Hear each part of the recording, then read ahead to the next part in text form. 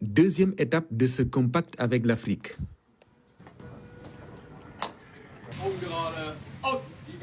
Reçu par Olaf Scholz, le président Macky Sall rejoint les autres leaders autour de 2 tables rondes. La première a porté sur le renforcement de la coopération économique et la promotion des investissements privés. À ce niveau, le chef de l'État est pour l'accompagnement des investisseurs privés par des mécanismes de financement appropriés, en arrêtant cependant d'exagérer les risques d'investissement en Afrique. Le compact pourrait aider à passer de la logique de l'aide à celle de l'investissement et du partenariat gagnant-gagnant. Dans la deuxième table ronde, les leaders ont planché sur les possibilités de coopération dans le domaine de l'énergie. Le président Macky Sall a une nouvelle fois insisté sur la nécessité d'aménager une transition énergétique juste et équitable, en référence aux restrictions que certains ont décidé d'imposer en matière de financement à l'étranger des ressources d'énergie fossiles. C'est un combat à mener et le compact avec l'Afrique est un cadre approprié.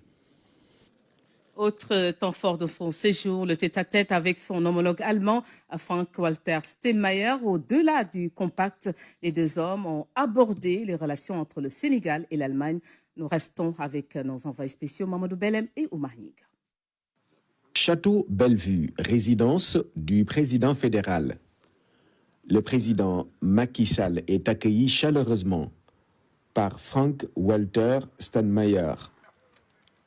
Témoignage d'une amitié fraternelle du peuple allemand à celui du Sénégal.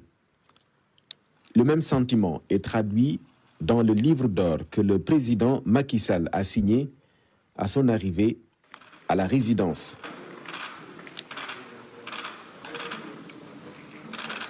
En tant que partie prenante, le Sénégal apprécie la qualité du compact avec l'Afrique. En conviant le chef de l'État et ses collègues autour d'un déjeuner, le président allemand se félicite de la coopération dynamique entre son pays et le continent africain. L'entretien marque ainsi un temps fort du séjour du président de la République Macky Sall ici à Berlin. Toujours à Berlin, le président de la République a reçu les responsables de Gulf Engineering, la société allemande qui a travaillé à l'électrification de 300 villages en temps consolidé sa présence au Sénégal. Franck Ping, conseiller du directeur général, s'en explique toujours au micro de nos envoyés spéciaux. L'entreprise GOF, qui est une entreprise allemande qui est déjà présente au Sénégal depuis un certain nombre d'années, est venue faire à son Excellence le Président de la République un état des lieux de la coopération entre notre entreprise ainsi que la République du Sénégal. Nous lui avons parlé du projet en cours, qui est en phase finalisation, qui est AZER 300 villages, électrification rurale.